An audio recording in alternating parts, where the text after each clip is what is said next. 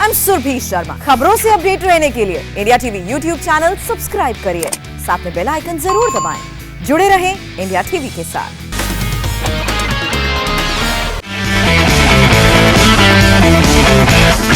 नमस्कार, आज की बात का आपका स्वागत है। आज की बात की शुरुआत करते हैं आज की अच्छी खबर से।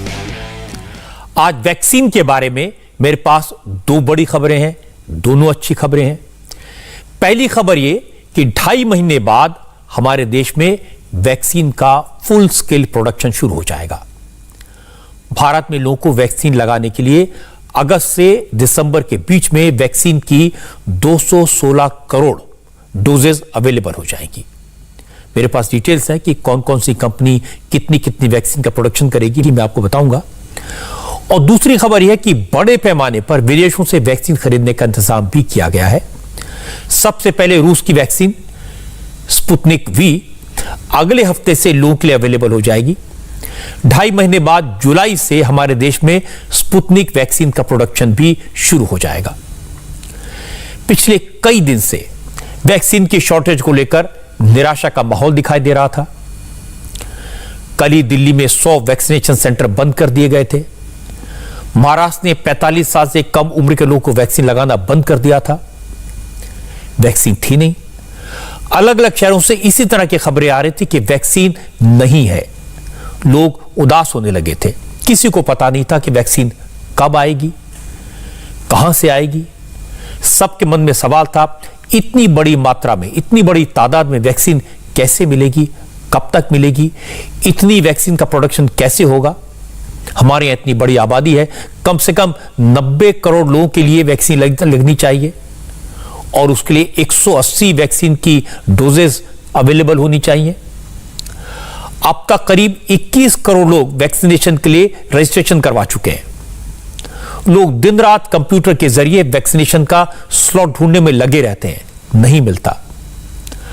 आज की बात आपको बताता हूं, आज ही 22 लाख से ज्यादा लोगों ने वैक्सीन के लिए रजिस्ट्रेशन करवाया। लेकिन जो लोग रजिस्टर करवाते हैं उन्हें स्लॉट चाहिए होता है। कहां वैक्सीन लगेगी, किस हॉस्पिटल में लगेगी, किस क्लिनिक में लगेगी, वो कंप्यूटर पर बताया जाता है, लेकिन इसका कोई जवाब नहीं मिलता। तो आज ये अच्छी खबर आई, सरकार की तरफ से क्लियर जवाब दिया गया। हेल्थ मिनिस्ट्री की तरफ से कहा गया कि अगस्त के बाद देश में कोरोना वैक्सीन का प्रोडक्शन फुल स्केल पर हो जाएगा। और नीति आयोग के मेंबर डॉक्टर वी.के. पॉल ने बताया कि अगस्त से दिसंबर के बीच भारत में कोरोना वैक्सीन की 216 करोड़ डोजेज उपलब्ध होने की उम्मीद है। 216 करोड़ बड़ी फिगर है। इनमें से ज्यादातर वैक्सीन का प्रोडक्शन अपने ही देश में होगा। अब कैसे होगा यह मैं आपको बताता हूं, कौन सी कंपनी कितना प्रोडक्शन कर पाएगी।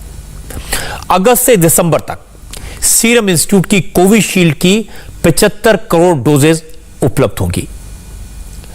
देश में निर्मित भारत बायोटेक की कोवैक्सीन की 55 करोड़ डोज मिलेंगी। इसी तरह बायो वैक्सीन की 21 करोड़ डोजेज और नोवावैक्स वैक्सीन की 20 करोड़ डोजेज ये अवेलेबल होंगी। रूस में डेवलप स्पुतनिक वैक्सीन की 15 करोड़ डोज उपलब्ध होंगी।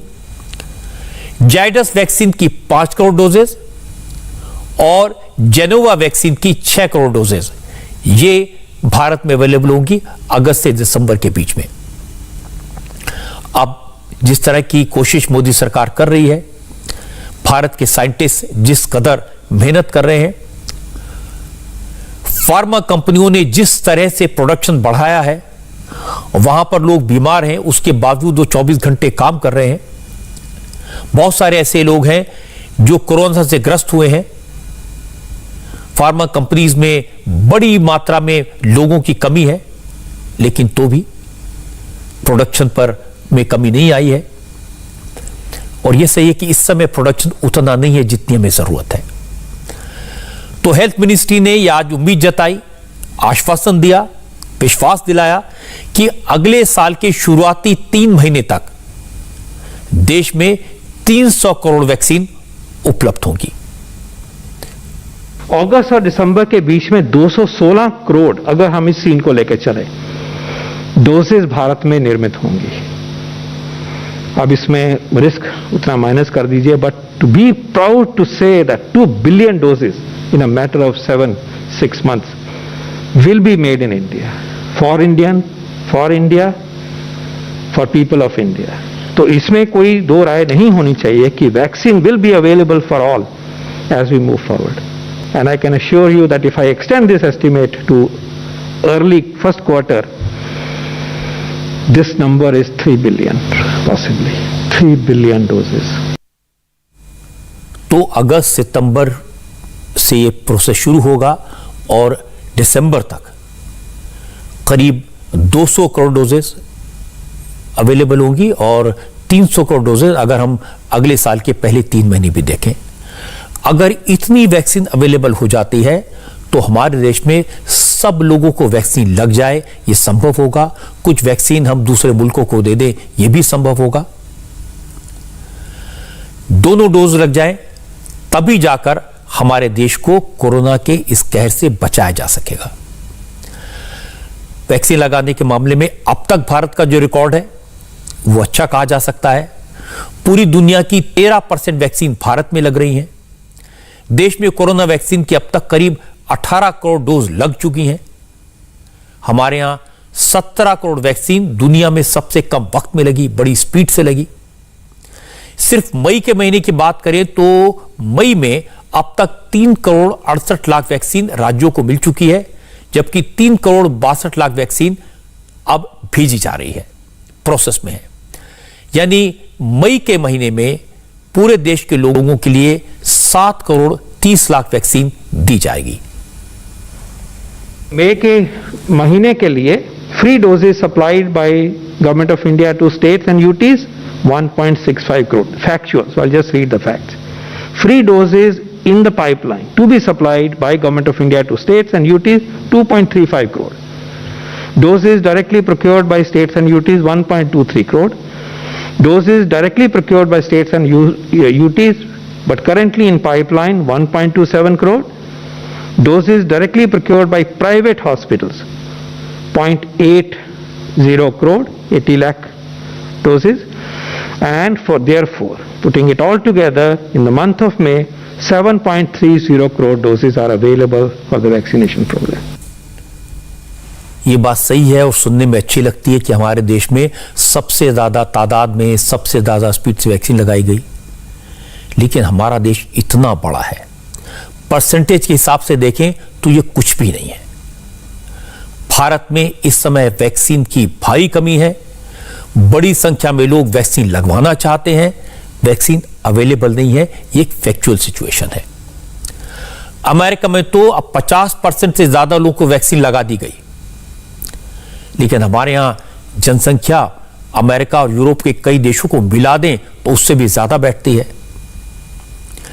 इतनी बड़ी मात्रा में प्रोडक्शन होना आसान काम नहीं है, वक्त लगेगा। इसलिए प्रोडक्शन क्षमता बढ़ाने के साथ साथ वैक्सीन के इंपोर्ट की शुरुआत भी कर दी गई है। यह आज की दूसरी अच्छी खबर है। रूस में डेवलप की गई स्पुतनिक वैक्सीन अगले हफ्ते भारत में लगने लगेगी। रूसी वैक्सीन स्पुतनिक वी की खेप भारत आ चुकी है। नीति आयोग के मेंबर डॉक्टर वी के पॉल ने आज बताया कि भारत में स्पुतनिक वैक्सीन का प्रोडक्शन जुलाई से शुरू हो जाएगा।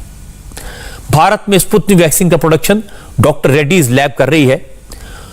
रूस में इस वैक्सीन को पिछले साल अगस्त में इस्तेमाल की मंजूरी दी गई थी। भारत ने 12 अप्रैल को स्पुतनिक के इस्तेमाल की मंजूरी दी। स्पुतनिक वैक्सीन के 92% तक असरदार होने का दावा किया गया, यानी इसकी एफिकेसी 92% है।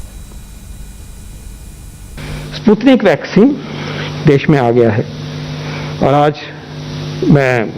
मुझे ये कहते हुए खुशी है कि अगले हफ्ते हमें उम्मीद है कि Sputnik vaccine will be available in the market. जो लिमिटेड सप्लाई पहली आई है वहां से वो उसकी बिक्री शुरू होने की उम्मीद है अगले हफ्ते, अर्ली नेक्स्ट वीक, और उसके बाद उनकी और सप्लाईज आएंगी और फिर जुलाई के महीने से ये बनना शुरू हो जाएगा। और ये सब कुछ उस पीरियड में 15.6 करोड़ तक बनने का एस्टिमेट है from the company and from the information that's available to us. बहुत खुशी है कि स्पुतनिक ने यहाँ काम किया रेगुलेटरी प्रोसेसेस को फॉलो करते हुए ट्रायल किया, जल्दी से आए और मिलकर एक अच्छा वैक्सीन बनाया। हमारे यहां वैक्सीन की इतनी ज्यादा जरूरत है कि पूरी दुनिया में जितनी वैक्सीन इस वक्त बन रही है वो भी अगर हम खरीद लें तो भी पूरी नहीं पड़ेगी। और सच तो है कि दुनिया के बाजार में वैक्सीन अवेलेबल है ही नहीं। भारत को जितनी वैक्सीन की जरूरत है इतने कम समय में उसका प्रोडक्शन होना भी संभव नहीं है। मार्केट में स्पुतनिक अवेलेबल है तो इसमें से ज्यादातर सरकार ने पहले ही खरीद ली है। मार्केट में चाइनीज वैक्सीन बड़ी तादाद में अवेलेबल है लेकिन इसे भारत में अभी तक मंजूरी नहीं मिली है। भारत नहीं मानता कि चाइनीज वैक्सीन इफेक्टिव हो सकती है।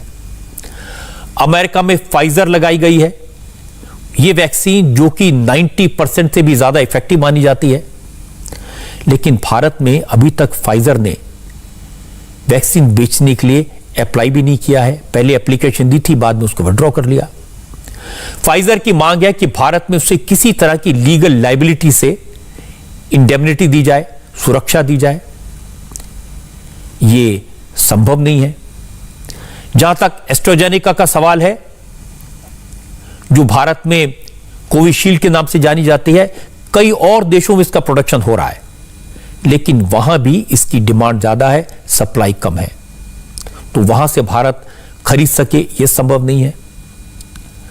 अमेरिका में जो 2 करोड़ डोजेज अवेलेबल हैं उसके बारे में मैंने आपको बताया था कि एफडीए ने अभी तक इनको अप्रूवल नहीं दिया है, क्योंकि बाल्टीमोर की जिस कंपनी ने इस वैक्सीन को एस्ट्राजेनेका को मैन्युफैक्चर किया है उसने जॉनसन जॉनसन की 1.5 करोड़ वैक्सीन को बर्बाद कर दिया था। तो एफडीए जब तक इसकी पूरी तरह जांच नहीं कर लेगा, उसकी क्वालिटी को अप्रूव नहीं कर देगा, एफिकेसी को अप्रूव नहीं कर देगा, तब तक वो वैक्सीन अमेरिका में पड़ी रहेंगी, उन्हें कहीं भी एक्सपोर्ट नहीं किया जा सकता। कोरोना वैक्सीन को लेकर एक और बड़ी खबर यह है कि सरकार ने वैक्सीनेशन के प्रोटोकॉल में बदलाव किया है।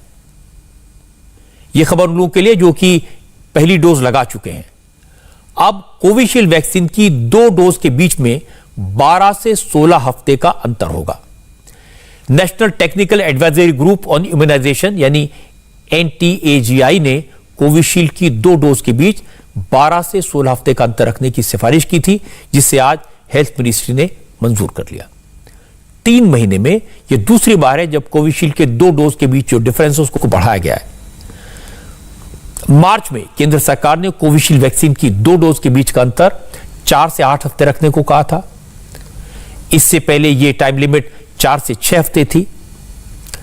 लेकिन एक बात ये क्लियर कर देता हूं आपको कि भारत बायोटेक की वैक्सीन कोवैक्सीन जो हमारे देश में बनी है, इसकी 2 डोज के बीच में जो वक्त है, जो डिफरेंस है, उसके बीच में कोई बदलाव नहीं किया गया। काफ़ी साइंटिफिक डेलिब्रेशन हुआ है और अभी हो भी रहा है। एक कोविड वर्किंग ग्रुप है, national technical advisory group of immunisation का, उसकी कोई 4 मीटिंग हो चुकी हैं, उसमें डिस्कशन काफ़ी हुआ है। उसके जो वैक्सीन के निर्माता भी हैं, जो ऑक्सफोर्ड वाले, उनसे भी डिस्कशन हुआ, उनसे भी प्रेजेंटेशन किया गया और उनके पास कुछ नया डेटा भी आया, वो भी देखा गया और फिर ये STSC कमेटी में पेश किया गया और कल नेगवैक में भी फिर डिस्कस हुआ था कल इवनिंग में, और आज सुबेरे national technical advisory group of immunisation में भी डिस्कस हुआ है। कुछ लोगों ने इस बात का मतलब यह लगाया कि डिफरेंस बढ़ा दिया गया है क्योंकि भारत में वैक्सीन अवेलेबल नहीं है और चूंकि वैक्सीन अवेलेबल नहीं है तो दूसरी डोज देना मुश्किल हो रहा है, इसलिए यह फैसला किया गया। लेकिन ऐसा नहीं है। सिर्फ हमारे देश में नहीं, कई मुल्कों में कोरोना वैक्सीन की 2 डोज के बीच 3 से 4 महीनों का अंतर रखा जा रहा है ताकि उसकी एफिकेसी बढ़ सके, उसका असर बढ़ सके।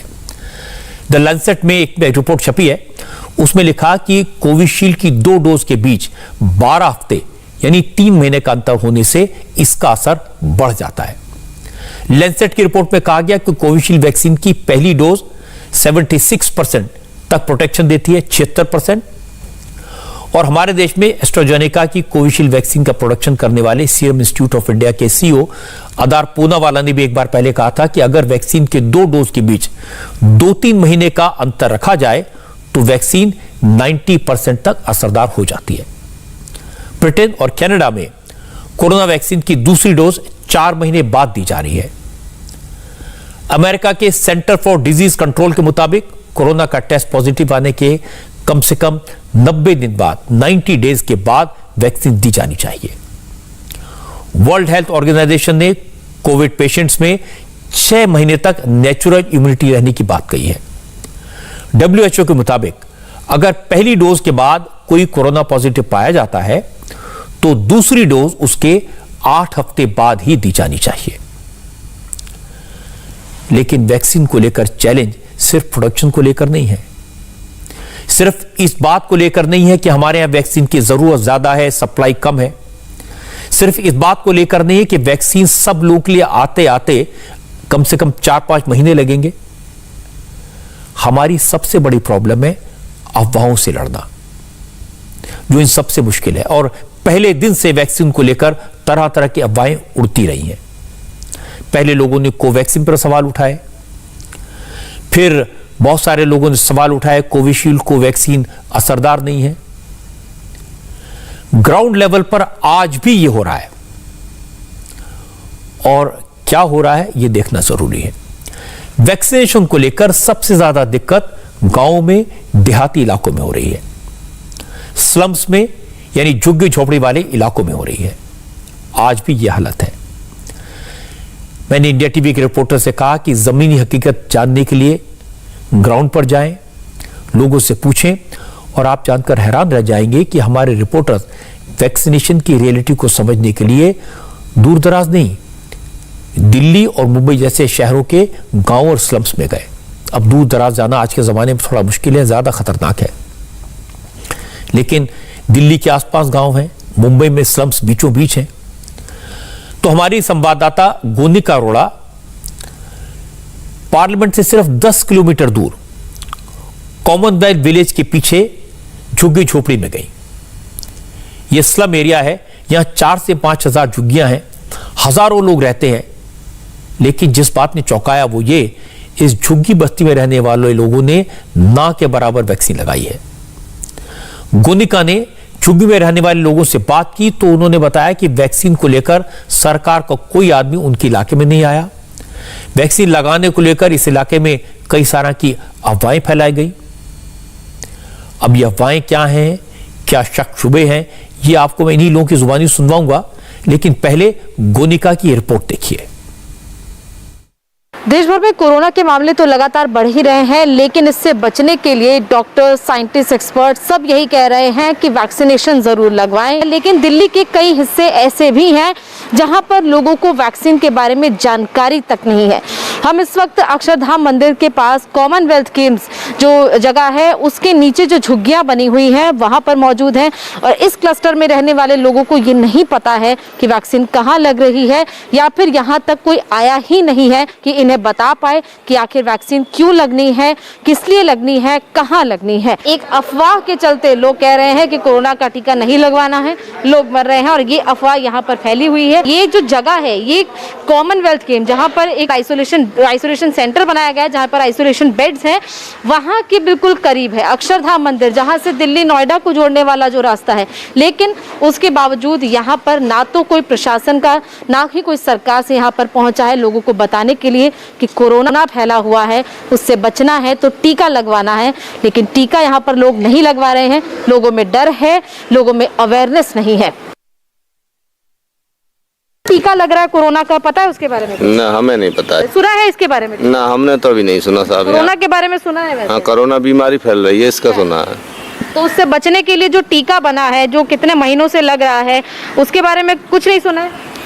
हमें नहीं मालूम पड़ा जी। हाँ, टीका जंगल में कोई ना बतावे हैं। खानों कहते हैं कि मर जाते हैं हमारे, मर जाते हैं कोरोना तो बाद इंजेक्शन तो हमारे नहीं, इंजेक्शन से कोई मरता नहीं है। ऐसी हल्ला है रोज कोई लगवाती ना। लगवाना है आपको टीका? ना है, हमारा लगवा रहे जम पे का कहते ना कौन लग रही था।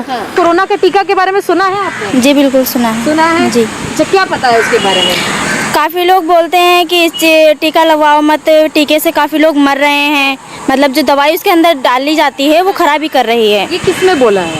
ये हमारी ससुराल से फ़ोन आया था, ससुराल वालों ने बोला। तो काफ़ी लोग गांव में मरे हैं ना, इस वजह से बोला था। आप कोरोना का टीका लग रहा है, ये सुना आपने?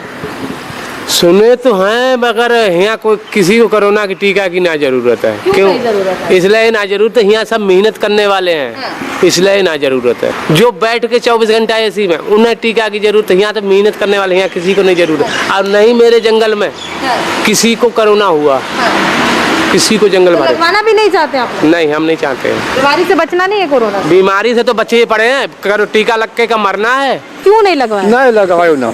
नहीं, क्यों नहीं लगवाना है आपको? क्यों? हमका परेशानी कुछ नहीं है। हम बहुत देर आई थी, हम सुई कबो लगवाई नहीं, कबो इतने बड़े भाई। लेकिन कोरोना तो बीमारी अरे ना ही हमें कुछ हो था, मगर हम लगवा। इधर तो कोई आया नहीं लगाने वाला भी, आएगा तो लगवा लेंगे। नहीं, आपको जाकर किसी स्कूल में लगवाना है, आपको ऑनलाइन बुकिंग करनी है, ये कुछ पता है इसके बारे में? नहीं, इसके बारे में पता नहीं। आप लगवाना चाहते हैं? हाँ, लगवाना तो चाहते हैं। कुछ कोशिश की कि कैसे कहीं अप्लाई करें? अभी तो कुछ नहीं किया, इधर कोई आता बताता तो करते। अब कोई जानकारी नहीं? अभी कोई जानकारी। आपकी झुग्गी है, आपकी जगह पे कितनी झुग्गियाँ है? कम से कम यहाँ 3-4-5 हजार। किसी को वैक्सीन लगा, किसी को कोरोना का टीका लगा? अभी किसी को नहीं लगा। किसी को नहीं लगा? किसी को नहीं लगा। लोगों को पता है यहाँ पर कि टीका क्या है? ये पता तो है, और ये बेकार लगते हैं ये लोग कि टीका लगाने से हम मर जाते हैं। किसने बोला? ये क्या पता। तो ये डर से लोग नहीं लगवा रहे हैं, या फिर लोगों को यहाँ पे पता ही नहीं कि कैसे? पता है, जो डर से नहीं लगा रहे हैं। उसका स्लॉट बुक करना है? कई डर भी है, कई डर भी है। डर भी है। ये हाल है राजधानी दिल्ली में रहने वालों का। झुग्गी झोपड़ी में रहने वाले लोग, कोई कह रहा है सिर्फ एसी में बैठने वालों को टीका लगाना जरूरी है, कोई कह रहा है कि टीका लगाने से मौत हो जाती है। देश की राजधानी में अगर यह हाल है, आप अंदाजा लगाइए दूर दराज के गांवों में वैक्सीनेशन को लेकर लोक मन में कितने सवाल होंगे, किस तरह का शक होगा। एक तरफ वैक्सीनेशन को लेकर, टीके की अवेलेबिलिटी को लेकर मारामारी हो रही है, राज्य सरकारें शिकायतें कर रही हैं, लेकिन असल में लोगों को एजुकेट करने का काम किसी ने नहीं किया। अब एक टेस्ट केस के तौर पर मुंबई के इलाके का हाल आपको दिखाता हूं। हमारे संवाददाता राजेश कुमार मुंबई के मच्छीमार नगर इलाके में गए। अब नाम से जाहिर है ये मछुआरों की बस्ती है। जाहिर है कम पढ़े लिखे हैं, स्मार्टफोन, इंटरनेट, इनसे इनका कोई नाता नहीं है। ज्यादातर लोग इनका इस्तेमाल करना नहीं जानते, इसलिए इन्हें वैक्सीनेशन सेंटर से वापस आना पड़ा। 40% के लोगों के पास स्मार्टफोन होगा, लेकिन सबके पास नहीं है, और जिसके पास भी है तो सबको उसका कैसा यूज़ करने का ये मालूम नहीं। ओनली फ़ोन करने के लिए वो यूज़ करते हैं फ़ोन। तो जो आप रजिस्ट्रेशन बोलते हैं वो सबको जमता नहीं, तो आप डायरेक्ट होगा तो जाके ले सकते हैं। और दूसरा टीवी पे दिखाता है बाबा वैक्सीनेशन ख़त्म हुआ है, तो ये सब दिक्कत है, तो उसके वजह से कोई जाने को नहीं देखते। मेरे पास फ़ोन नहीं, सादा फ़ोन है। सादा फ़ोन? हाँ। तो आप कभी सेंटर गए, आपको बोला गया कि वापस चले जाइए, वॉक इन? नहीं, मैं सेंटर में कुछ गया नहीं। कैसे बुकिंग करनी है कि उसके बारे में कुछ जानकारी मिली है आपको? नहीं, जानकारी कुछ नहीं मिला। कैसे लगवाना है वैक्सीन पता है? कैसे आप सेंटर पे जाएंगे, कैसे वैक्सीन लगेगा, इसके बारे में कुछ जानकारी पहुंची आप? तो बाद में जब बताएगा तब क्या जाएगा। हाँ? कोई बताया नहीं हमको जाने। तो बताया नहीं? बताया जा रहा है कि मोबाइल पे रजिस्टर करना है, कोविन पे जाके, तो आपको आता है करना, कर पाएंगे आप? हमको नहीं, हमारा सेट पे आता है। तो आप अपने सेट पे डिपेंड रहेंगे? तो सेट बोलेगा तो प्रॉब्लम जाएगा सब। होना तो ये चाहिए था कि राज्य सरकारें एनजीओज की मदद से, सरकारी कर्मचारियों की मदद से लोगों को एजुकेट करती, वैक्सीनेशन के बारे में समझाती, लेकिन ये तो तब करें ना जब राजनीति करने से फुर्सत मिले। रजिस्ट्रेशन में किस तरह की परेशानी हो रही है, इसके बारे में जब महाराष्ट्र सरकार के कैबिनेट मिनिस्टर से पूछा गया तो नवाब मलिक साहब ने कहा कि वैक्सीनेशन प्रोसेस के लिए महाराष्ट्र अपना अलग सिस्टम डेवलप करना चाहता था, लेकिन केंद्र सरकार ने इसकी मंजूरी नहीं दी। ऐप द्वारा रजिस्ट्रेशन करके ही टीका लगवाया जा रहा है, और जिस तरह से ऐप क्रैक हो रहा है, कोई अपॉइंटमेंट का सिस्टम उसमें नहीं तैयार हो पा रहा है। हम लोगों ने मांग की है कि हमें राज्य का अलग सिस्टम तैयार करने की परमिशन दी जाए, ताकि हम ऐप द्वारा और माध्यमों से भी रजिस्टर करके लोगों को हम टीका लगा पाएं। अभी तक हम लोगों को इस तरह से कोई परमिशन नहीं दी गई है। इस मामले में सियासत करने के बजाय रास्ते ढूंढने चाहिए। हमारा देश बड़ा है, लोग ज्यादा हैं, और उससे बड़ी प्रॉब्लम यह है कि पढ़े लिखे लोग कम हैं, अफवाहों पर जल्दी यकीन करते हैं, शक शुबा उनके मन में होता है। उन्हें हेल्थ सिस्टम के बारे में, कोरोना के बारे में, वैक्सीनेशन के बारे में, वैक्सीनेशन की कितनी डोज लगेंगी इसके बारे में जानकारी नहीं है। इसलिए समाज का जो तबका पढ़ा लिखा है, टेक सेवी है, वो तो कोविन ऐप के जरिए बुकिंग कर लेते हैं। मैंने आपको बताया कि 20 करोड़ से ज्यादा लोगों ने रजिस्ट्रेशन किया है। ये लोग स्लॉट ढूंढकर वैक्सीन भी हासिल कर लेंगे जब वैक्सीन अवेलेबल होगी, लेकिन वैक्सीन को गरीबों तक पहुंचाना सबसे ज्यादा जरूरी है, क्योंकि वहां इतने बड़े घर नहीं है कि सोशल डिस्टेंसिंग हो सके। वहां ऐसे लोग नहीं हैं जिनका हेल्थ केयर सिस्टम मजबूत है। तो फिर इन लोगों का क्या होगा? एक ही रास्ता है, हम सबको, पढ़े लिखे लोगों को, ऐसे लोगों की मदद करनी चाहिए। उनको वैक्सीनेट करने के लिए रास्ते खोजने चाहिए, उनके लिए रजिस्ट्रेशन करने की उनकी मदद करनी चाहिए, और इस बात का रास्ता खोजना चाहिए कि कोरोना गांव में जो कहर ठा रहा है उसे कैसे रोका जाए। आज उत्तर प्रदेश के चीफ मिनिस्टर योगी आदित्यनाथ अलीगढ़, मथुरा और आगरा गए। वेस्टर्न यूपी के इन इलाकों में भी कोरोना का काफी असर दिख रहा है। यही वजह है कि आज योगी ने इन जिलों के अफसरों से मीटिंग करके कोरोना के सिचुएशन में जल्द से जल्द कंट्रोल पाने का ऑर्डर दिए। सबसे पहले मैं आपको योगी आदित्यनाथ के अलीगढ़ दौरे की तस्वीरें दिखाता हूं।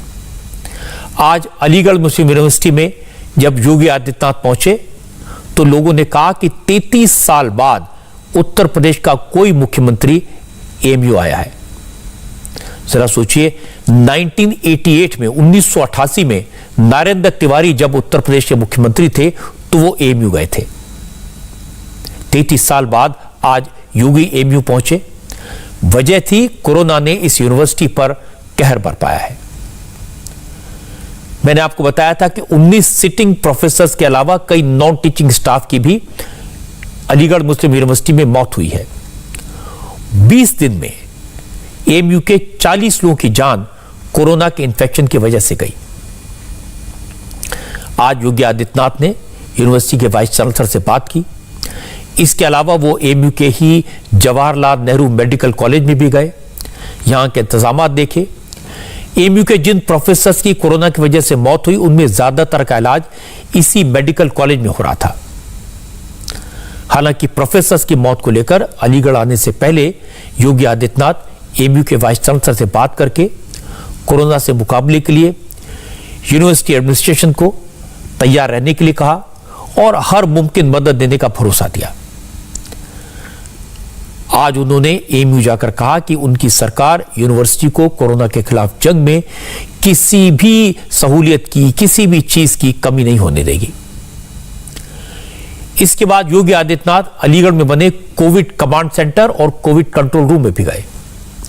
अफसरों को निर्देश दिया, कोरोना के पेशेंट के इलाज में कोई कमी नहीं आनी चाहिए। योगी ने कहा कि टेस्टिंग पर जोर देना है। यूपी में अब 4.5 करोड़ से ज्यादा कोरोना के टेस्ट हो चुके हैं और पिछले 12 दिन में एक्टिव केसेस में 1 लाख से ज्यादा की कमी आई है। पिछले 12 दिनों के अंदर प्रदेश के अंदर अगर कोरोना के एक्टिव केसेस की संख्या हम देखेंगे तो ये संख्या 12 दिन के अंदर 1,06,000 कम हुई है। प्रदेश सरकार ने ट्रेस, टेस्ट एंड ट्रीट की जिस नीति को आगे बढ़ाया है, इसमें आदरणीय प्रधानमंत्री जी के मार्गदर्शन में हम लोग पहले दिन से ही इस अभियान के साथ जुड़े हैं और सेकेंड वेव पर भी हम लोगों ने इसी आधार पर नियंत्रण स्थापित किया है और ये लगातार इस पर हम लोग इसको प्रभावी रूप से इसके संक्रमण की चेन को ब्रेक करने का कार्य कर रहे हैं। व्यापक पैमाने पर टेस्ट हो रहे हैं। प्रदेश के अंदर आज के दिन पर हम लोग 4 करोड़ 36 से अधिक टेस्ट पूरे कर चुके हैं। अब सवाल है कि योगी आदित्यनाथ को अलीगढ़ क्यों जाना पड़ा और यह क्यों इतना अहम है। एमयू के प्रशासन को लगता है कि उनके यहां कोरोना से जो मौतें हुई उसके लिए कोरोना वायरस का कोई नया म्यूटेंट जिम्मेदार है और उसका पता लगाया जाना जरूरी है। जेएन मेडिकल कॉलेज से जांच के लिए सैंपल्स को दिल्ली के आईसीएमआर की लैब में भेजा गया है। आज एमयू के प्रतिनिधि ने कहा कि एमयू के मेडिकल कॉलेज में इलाज की बेहतरीन व्यवस्था है। कोरोना वैक्सीन के ट्रायल को भी एमयू ने सक्सेसफुली कंडक्ट किया था। इस सब के बावजूद अगर कोरोना ने यूनिवर्सिटी पर इतना कहर बरपाया है, इतने लोग मरे हैं, तो इसके लिए वायरस का नया स्ट्रेन ही जिम्मेदार हो सकता है।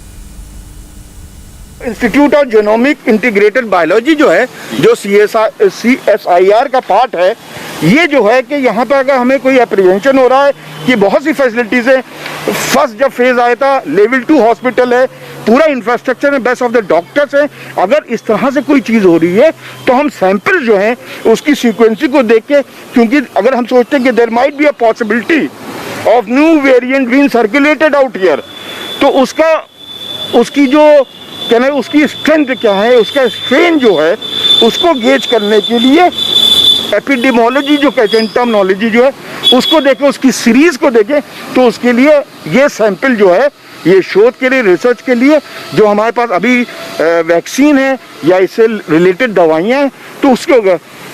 यही चीज़ जो है परसों वाइस चांसलर साहब ने एजुकेशन मिनिस्ट्री, जाहिर सी बात है सेंट्रल यूनिवर्सिटी है, मिनिस्ट्री ऑफ एजुकेशन के अंडर आती है, उनसे बात करी, योगी जी से 2 बार बात करी गई। एमयू के लोगों का डर जायज है। एमयू के प्रोफेसर्स की मौत के बाद नए म्यूटेंट की जांच के लिए जो सैंपल आईसीएमआर भेजे गए, उनकी रिपोर्ट अभी आना बाकी है। लेकिन अलीगढ़ के डीएम के मुताबिक पिछले साल भी जब दुबई से आए लोगों की मौत हुई थी, तब भी उनके सैंपल्स जांच के लिए हैदराबाद भेजे गए थे। कोरोना वायरस का कोई नया स्ट्रेन सामने नहीं आया था, लेकिन अब एक बार फिर आईसीएमआर भेजे गए हैं और रिपोर्ट का इंतजार है। उनकी लैब आईसीएमआर के माध्यम से स्थापित की गई है और आईसीएमआर का जो प्रोटोकॉल है उसमें कुछ सैंपल्स इनको सेलेक्ट करके वहाँ पे जीनोम सीक्वेंसिंग के लिए या टेस्टिंग के लिए भेजना पड़ता है। और यहीं का नहीं, अभी बीच में जब दुबई और जगहों के केसेस आ रहे थे, पॉजिटिव केसेस, तो हमारे स्तर से भी जो है, हमारी दीनदयाल की लैब से भी जो है हैदराबाद को जीनोम सीक्वेंसिंग के लिए हम लोग यहाँ से भेज रहे थे। और किसी भी अभी तक जितने मामले हम लोगों ने भेजे हैं उसमें किसी भी नए तथ्य की कोई पुष्टि नहीं हुई है। अब उम्मीद तो है कि आईसीएमआर जल्द से जल्द अपनी रिपोर्ट देगा, क्योंकि आईसीएमआर को भी इस बात की जानकारी है अलीगढ़ में हो रही मौतों के लिए अगर कोई नया म्यूटेंट जिम्मेदार है तो वो जल्दी सामने आना चाहिए। पिछले कुछ महीनों में कोरोना वायरस के इतने म्यूटेंट और इतने स्ट्रेन सामने आए हैं कि नए म्यूटेंट की आशंका से तो इनकार नहीं किया जा सकता, और वो कितना खतरनाक है ये जानना भी जरूरी है।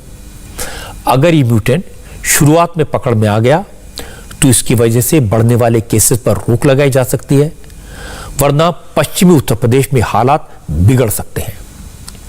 अलीगढ़ में ही पिछले 24 घंटे में कोरोना के 235 नए केसेस सामने आए, और कल जैसा मैंने आपसे जिक्र किया था, डर यह है कि कोरोना गांवों तक पहुंच रहा है। गांव में भी बहुत सारे घरों में कोरोना के मरीज हैं। आज योगी सरकार ने गांव में सैनिटाइजेशन और टेस्टिंग बढ़ाने का आदेश दिया। आज योगी आदित्यनाथ अलीगढ़ के देवसैनी गांव गए। यहां सबसे पहले उन्होंने आशा वर्कर से बात की। गांव में कोरोना के खिलाफ जंग में सबसे बड़ा रोल आशा वर्कर्स का है। टेस्टिंग और ट्रेसिंग का काम उन्हीं के जिम्मे है, और यह कोई आसान काम नहीं है। लोग जिस तरह से व्यवहार करते हैं, आशा वर्कर्स को दुत्कारते हैं। शायद इसीलिए आज योगी आदित्यनाथ ने आशा वर्कर्स का मोरल बढ़ाया, उनकी हिम्मत बढ़ाई। और इसके बाद उन्होंने ऐसे परिवार से बात की जिनके घर में कोरोना पेशेंट है। कोई भी समस्या होती है तो जिले के प्रशासन को बताते रहिए, ठीक है ना। और घर के लोग, बाकी लोग भी अपनी सावधानी बरतते रहिए, ठीक है। और साफ सफाई का ध्यान रखिए। जिन लोगों को समस्या है लोग भाप का पानी भाप लेते रहें, सुबह दोपहर शाम जितनी बार ले सकते हैं उससे लाभ होगा, ठीक है ना। और दवा जो बताई गई उसको दें। टेम्परेचर और ऑक्सीजन लेवल कम से कम 2-3 बार ले लिया करें दिन में। हाँ, बस लीजिए और जानकारी देते जाइए ICCC में, ठीक है। अलीगढ़ के बाद योगी आदित्यनाथ आगरा और मथुरा भी गए। मथुरा में पिछले 24 घंटे में 248 नए केसेस सामने आए हैं। योगी आदित्यनाथ ने मथुरा के जिला हॉस्पिटल का दौरा किया, वहां इलाज करा रहे एक पेशेंट से बात की। योगी ने मथुरा के DM और CMO से कहा कि इलाज के लिए जिस भी चीज की जरूरत होगी सरकार उसे प्रोवाइड करेगी, लेकिन हॉस्पिटल और प्राइमरी हेल्थ सेंटर में किसी भी सुविधा की कमी न होने दी जाए।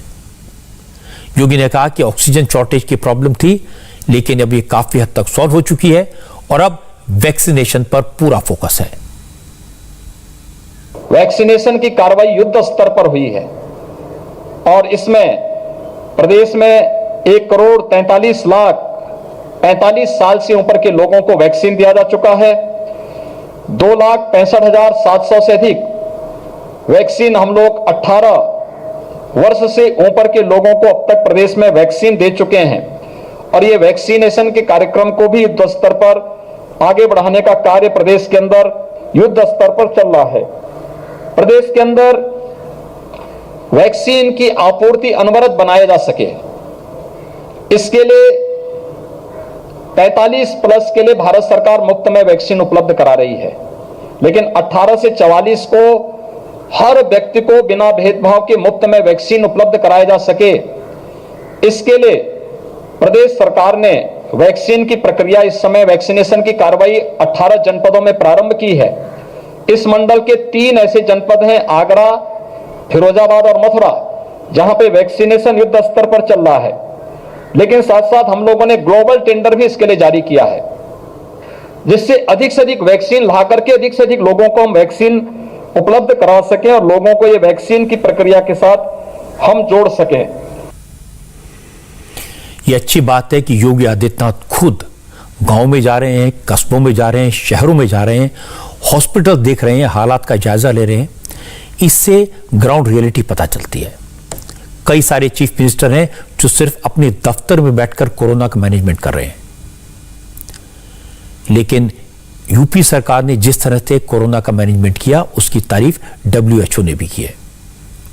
और यह तभी संभव है जब चीफ मिनिस्टर लेवल के लोग ग्राउंड पर जाएं। और जिस तरह का खतरा है, यह काम कोई आसान नहीं है। उत्तर प्रदेश बहुत बड़ा है, यहां की आबादी यूरोप के कई देशों को मिला दे तो उससे भी कहीं ज्यादा है। हर रोज नई तरह की प्रॉब्लम सामने आती है, नए चैलेंजेस सामने आते हैं। अब 3-4 दिन से चर्चा हो रही है गंगा में तैरती लाशों की। आज इस बारे में क्या नई खबर आई? कल आज की बात में मैंने आपको बिहार के बक्सर और उत्तर प्रदेश के गाजीपुर में गंगा नदी में तैरती लाशों की भयानक तस्वीरें दिखाई थी, डराने वाली तस्वीरें थी। फिर यह भी बताया कि कैसे जिला प्रशासन अलर्ट हुआ, इस पर रोक लगी, यह प्रॉब्लम काफी हद तक सॉल्व हो गई। लेकिन आज गंगा के किनारे एक साथ कई शवों को दफनाने की खबर सामने आई। ऐसी तस्वीरें जो चौंका देंगी, डरा देंगी। हमारी संवाददाता रुचि कुमार आज बड़ी हिम्मत करके उन्नाव में गंगा किनारे गई और शमशान घाट की जो तस्वीरें उन्होंने भेजी हैं वो वाकई में खौफनाक है। रुचि कुमार ने बताया कि यहां एक साथ रेत के अंदर करीब 300 शव दबे हुए दिखाई दिए। रुचि ने बताया शवों के पास में दवाओं के पैकेट दिखाई दिए, कहीं पैरासीटामोल की पैकेट था तो कहीं खांसी की दवाई की बोतल पड़ी थी।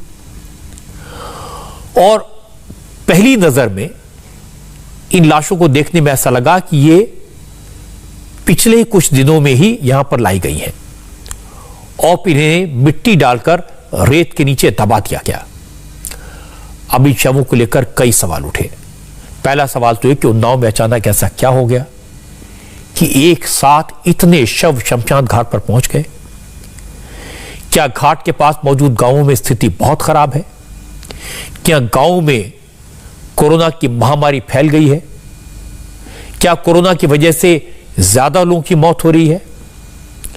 और फिर यह सवाल भी उठा कि चूंकि इनमें से ज्यादातर शवों पर राम नाम की चादर है, इसलिए जिनकी मौत हुई वो हिंदू थे। लेकिन हिंदुओं में तो जब दाह संस्कार होता है तो बाकायदा क्रियाकर्म किया जाता है और उसके बाद शवों को अग्नि के हवाले किया जाता है, उन्हें दफनाया नहीं जाता, दबाया नहीं जाता। तो फिर लोग शवों को अचानक दफनाने क्यों लगे? ये कौन लोग हैं, कहां से आए? रुचि ने इसके बारे में जिला प्रशासन से शवों के बारे में बात की।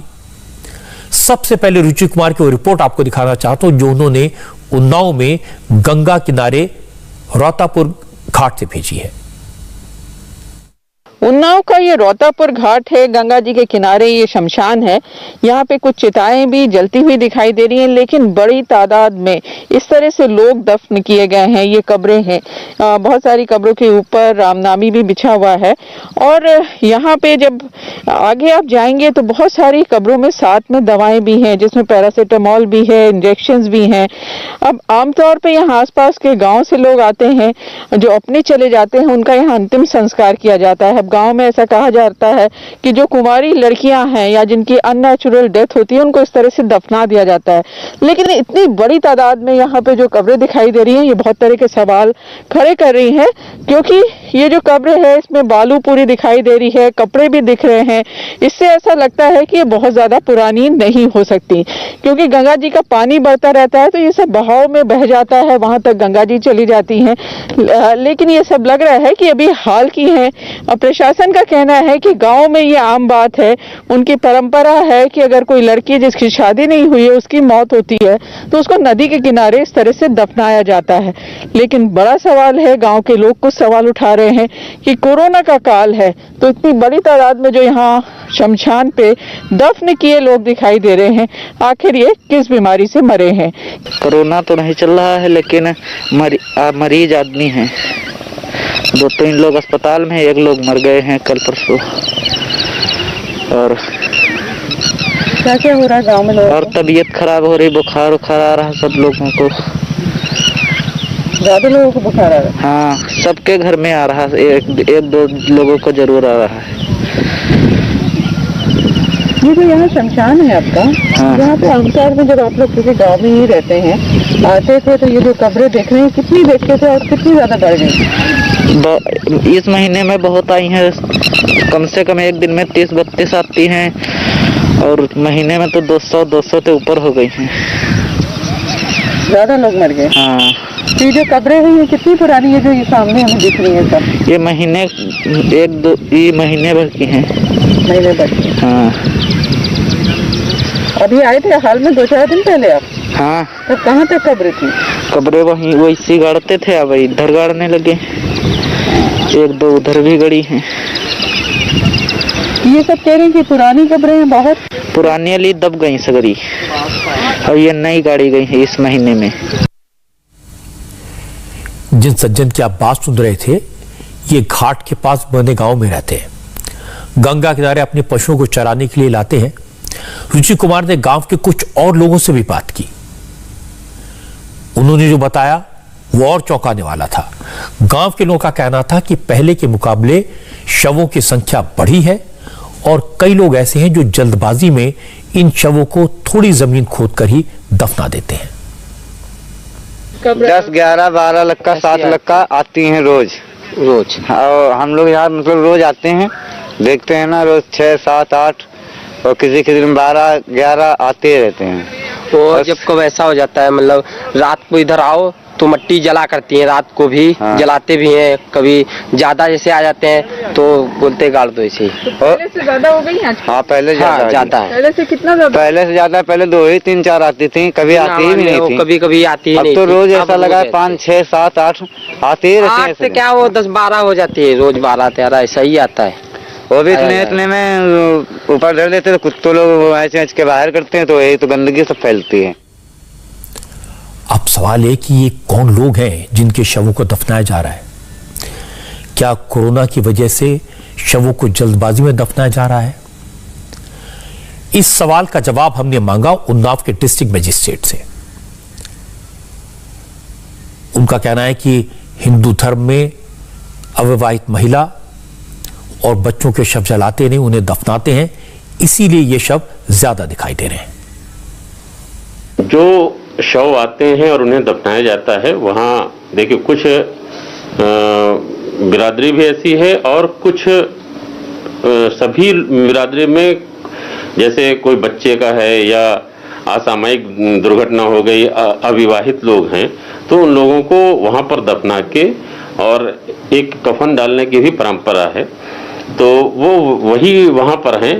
अब हम लोग ये प्रेरित कर रहे हैं अपनी टीम को भेज के कि ज़्यादा से ज़्यादा लोग शव जलाएं, उनको लकड़ी की कोई असुविधा ना हो, इसके लिए भी मैंने अपने सभी एसडीएम को लिखित में भी आदेश जारी किया है, उनसे बात की है कि ये लोगों को प्रेरित करें और लकड़ी की किसी प्रकार की कोई समस्या ना हो। कोई गरीब हो तो उसे निःशुल्क भी लकड़ी प्रदान की जाएगी। कहीं से कोरोना का कोई कनेक्शन आपको समझ में आ रहा है? नहीं, अभी देखिए डेड बॉडीज से इस टाइप का कोई कनेक्शन सीधे तो नहीं कहा जा सकता। हम सभी पहलुओं पर देखेंगे और निश्चित रूप से कोरोना गाइडलाइंस का पूरा पालन हो, ये हम सुनिश्चित करेंगे। उत्तर प्रदेश में सरकार ने दावा किया कि जिन भी लोगों की मौत होगी, चाहे कोरोना से या फिर जिनके शव इस तरह से मिलेंगे, उनका अंतिम संस्कार सरकारी खर्चे पर पूरे सम्मान के साथ किया जाएगा। आज जिस वक्त रुचि कुमार जिले के डीएम से बात कर रही थी, उसी वक्त बक्सर घाट पर एसडीएम की अगुवाई में एक टीम पहुंची और यहां पर शवों की जांच का काम शुरू हुआ।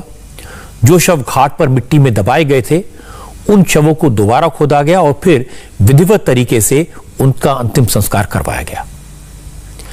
बिहार के बक्सर के बाद पटना में गंगा नदी में शव दिखाई दिए हैं। हमारे रिपोर्टर नीतीश चंद्र का कहना है कि पटना के गुलबीबाग घाट पर कम से कम 2 शव तैरते दिखाई दिए।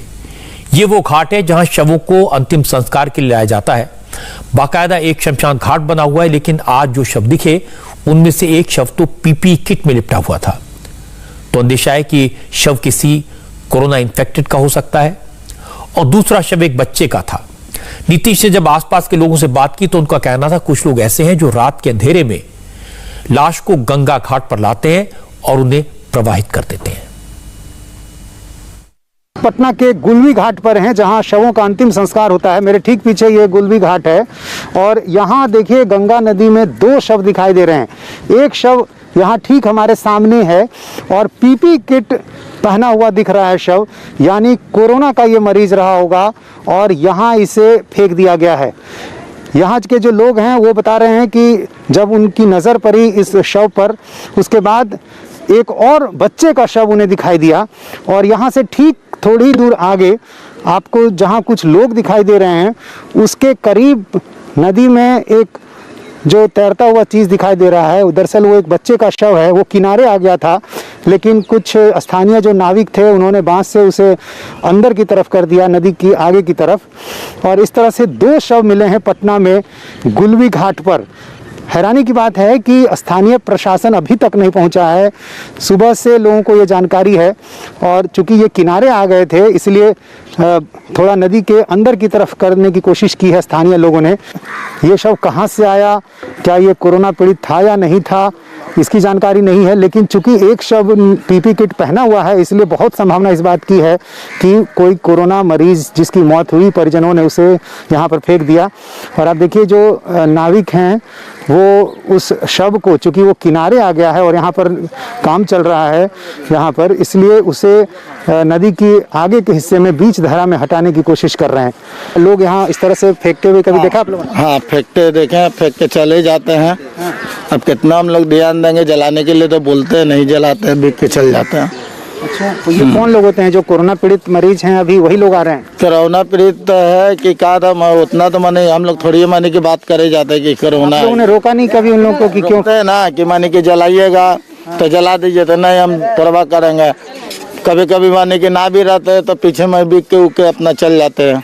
तो क्या वजह रहती है उनकी, बताते हैं? उनकी मजबूरी होती है, क्या होता है?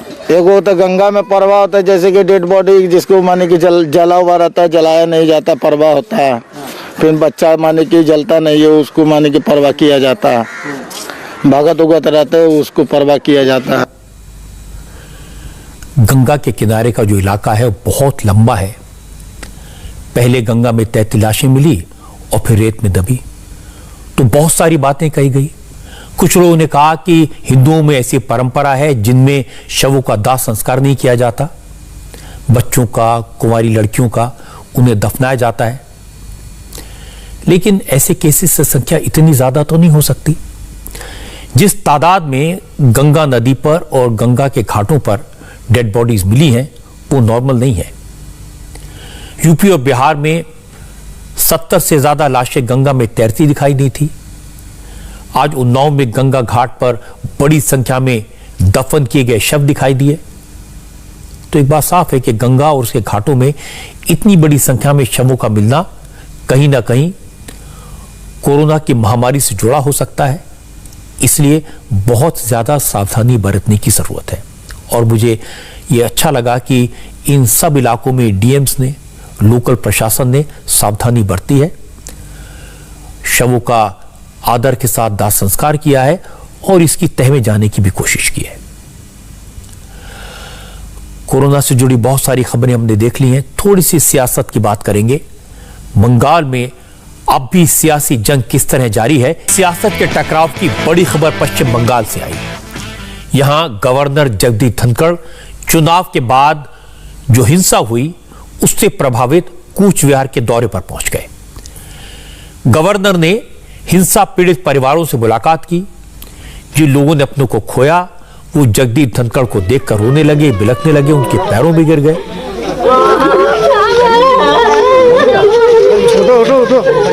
ये लोग इंसाफ की गुहार लगाने लगे।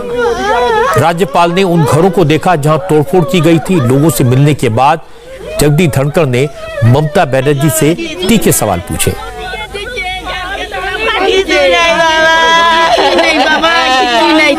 धनखड़ ने कहा कि 4 राज्यों और एक यूनियन टेरिटरी में चुनाव हुआ, पर हिंसा सिर्फ बंगाल में क्यों हुई। ऐसे राज्यपाल के इस दौरे से ममता बनर्जी काफी नाराज हैं। ममता बनर्जी ने कहा कि ये जो राज्यपाल का दौरा है ये प्रोटोकॉल का नियमों का वायलेशन है। शीतलकुची में भी गवर्नर को काले झंडे दिखाए गए और उनके खिलाफ तृणमूल कांग्रेस के लोगों ने नारेबाजी की। शीतलकुची वो जगह है जहां पर पोलिंग के दौरान फायरिंग हुई थी जिसमें 4 लोग मारे गए। हाय, आई एम सुरभि शर्मा। खबरों से अपडेट रहने के लिए India TV YouTube channel subscribe करिए, साथ में बेल आइकन जरूर दबाएं। जुड़े रहें इंडिया टीवी के साथ।